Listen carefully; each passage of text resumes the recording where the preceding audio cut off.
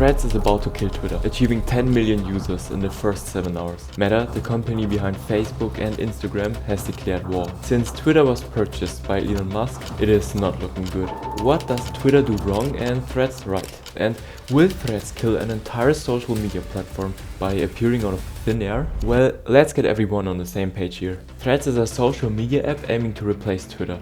Users can view content from friends and people they're interested in, including text, photos and videos, all bundled in a single feed. The app can be downloaded from threads.net or through the Instagram app. It requires an Instagram account to use, as they share the same username and similar features. The insane growth is related to its rapid growing user base. And this user base imports your Instagram followers the moment you sign up for Threads. A genius marketing move, but more on that later. In its design, the app resembles a mix of Twitter and Instagram. Funny enough, the app is currently trending on Twitter. The hype for this app is unlike anything you've ever seen before. Why?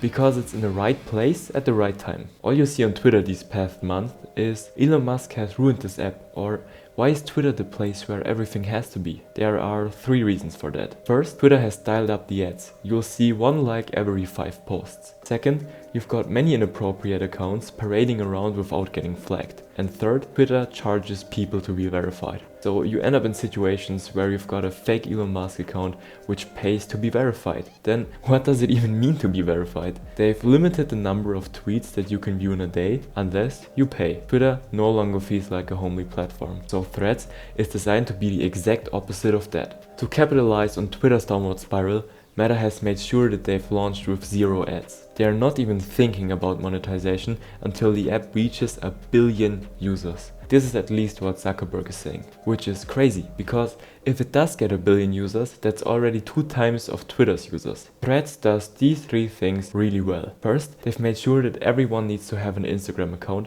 before they can register, which has done a lot to reduce the level of bot activity. Second, you can see as many posts as you want per day. And third, because it's linked to your Instagram account, you don't pay for verification. It carries over from your Instagram account to your Threads account for free.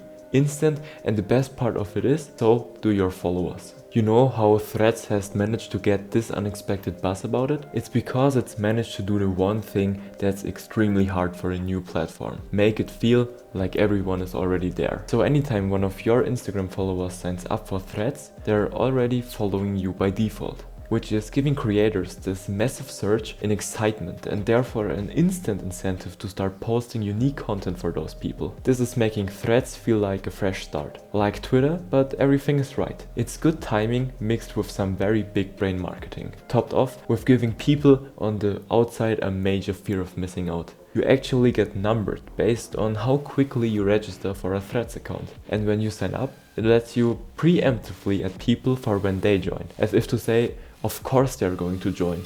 It's just a matter of time. Do you still know how I was saying that your Instagram followers get added to your Threads account automatically? That only happens if you've already registered. Your incentive is to hurry up to register your account as fast as you possibly can and make sure that you're getting as many of those automatic followers as possible. But Threads is missing a lot of key features, like trending topics for example. The thing that actually makes Twitter different to other platforms is the news first approach. There is also a data problem you might have noticed. This app is not available in the European Union because the EU has very strict data sharing policies that this does not yet comply with. Honestly, could Threads kill Twitter?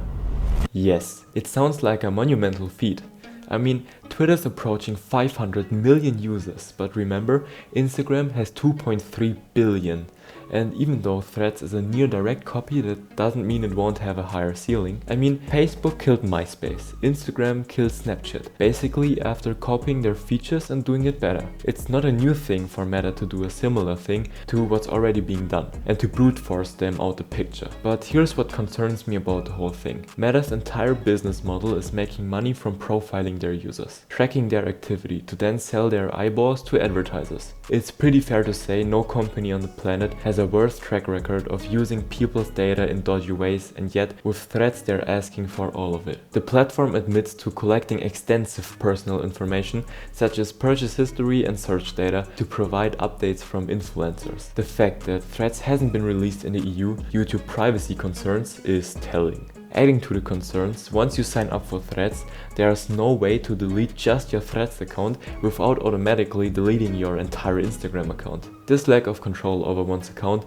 is seen as unacceptable by many users. Despite these concerns, there is hope that Threads can foster healthy competition in the social media landscape. By prioritizing user privacy, Threads could take a step in the right direction. The industry as a whole would benefit from platforms that offer more control and respect user data. But if this app kills Twitter, that leaves us with the question how powerful Meta becomes as a company. That's probably a monopoly. Is that not too much power for a single company? It is possible that Meta sees this not as a way to repeat the same mistakes, but a way to correct for them. And in the end, it is the users that make these platforms what they are. So if we decide that we want to use this as a positive force, that will make it a better place to be. The YouTube algorithm thinks that you could be interested in this video right here. So let's see if they're right.